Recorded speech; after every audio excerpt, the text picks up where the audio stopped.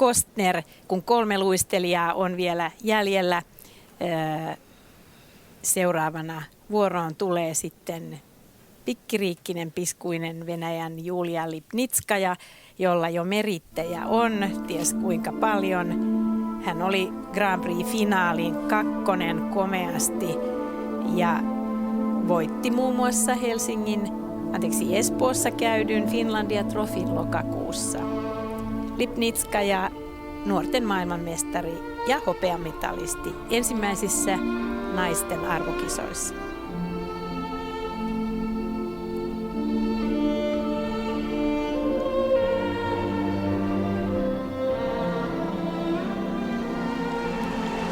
Ja näin aloittaa Julia kolmoisluts kolmoistulppiyhdistelmällä. Häneltä kyllä koko repertuaari löytyy ihan siinä ihan vaikeimmissakin elementeissä. Kaksoisaksen hieman tulee huonosti alas, ei saa siihen yhdistelmään. Ehkä se nähdään sitten sen sijaan jossain toisen hypyn perässä. Niin, tuo oli hänen 3 hypyn yhdistelmän paikkansa,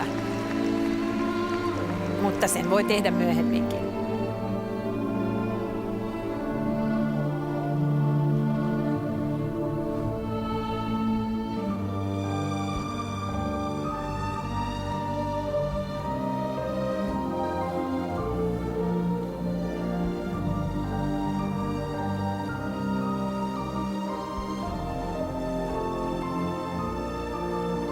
Tässä on näitä Julian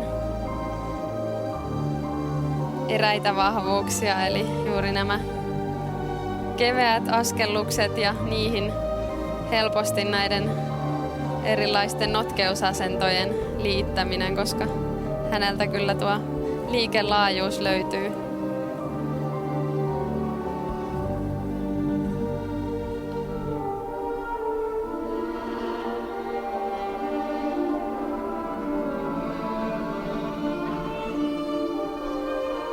Kolmoisflippi rutiininomaisesti.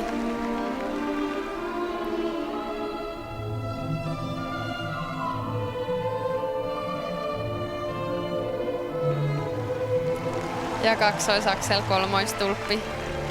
Siinä Julia käyttää toisen kolmois-kolmoisyhdistelmänsä. Vaikeutta löytyy.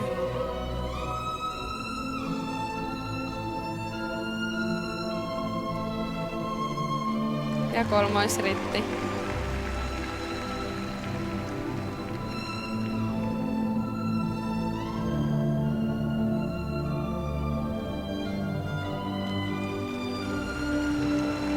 Ja tässä näitä aivan ainutlaatuisia notkeusasentoja ja kolmoissalkkov siihen perään.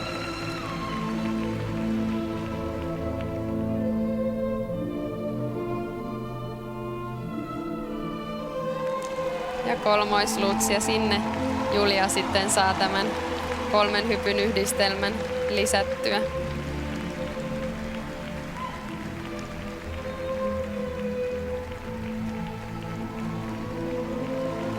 Ja tässä aivan Julian oma. Kukaan ei kyllä näin syvään pääse tässä Biellmann asennossa.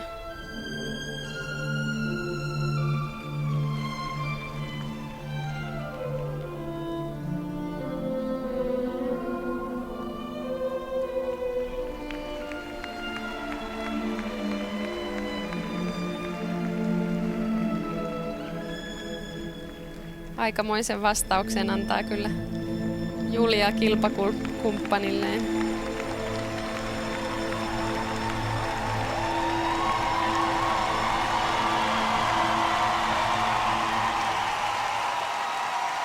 Täydellinen ohjelma.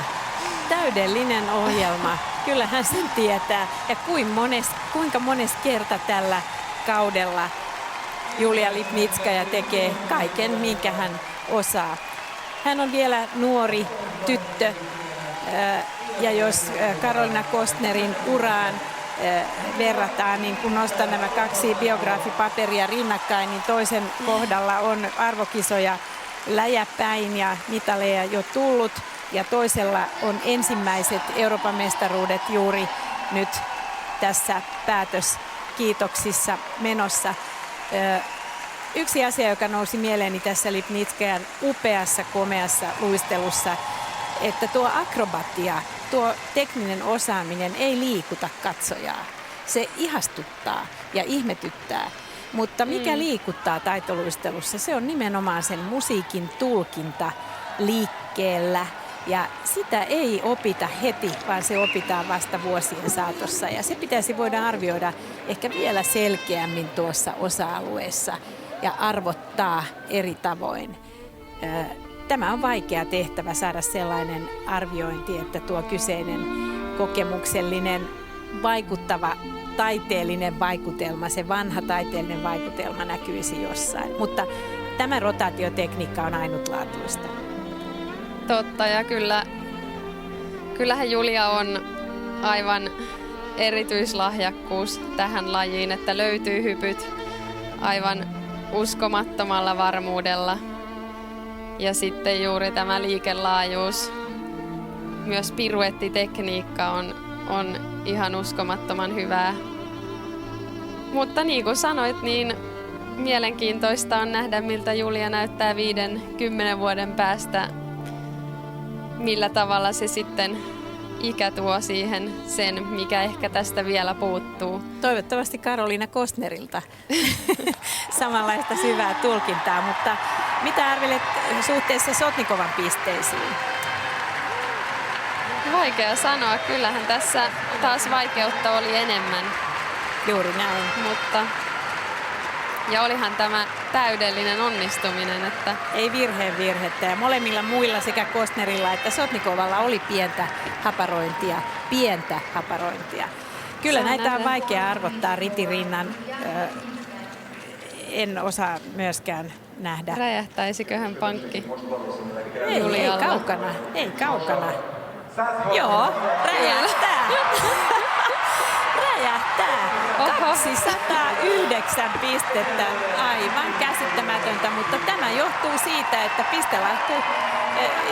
arviointijärjestelmä on sellainen, että vaikeat hypyt tuovat nuo pisteet ja noiden piruettien tasot ja kaikki tuovat pisteet ilman muuta.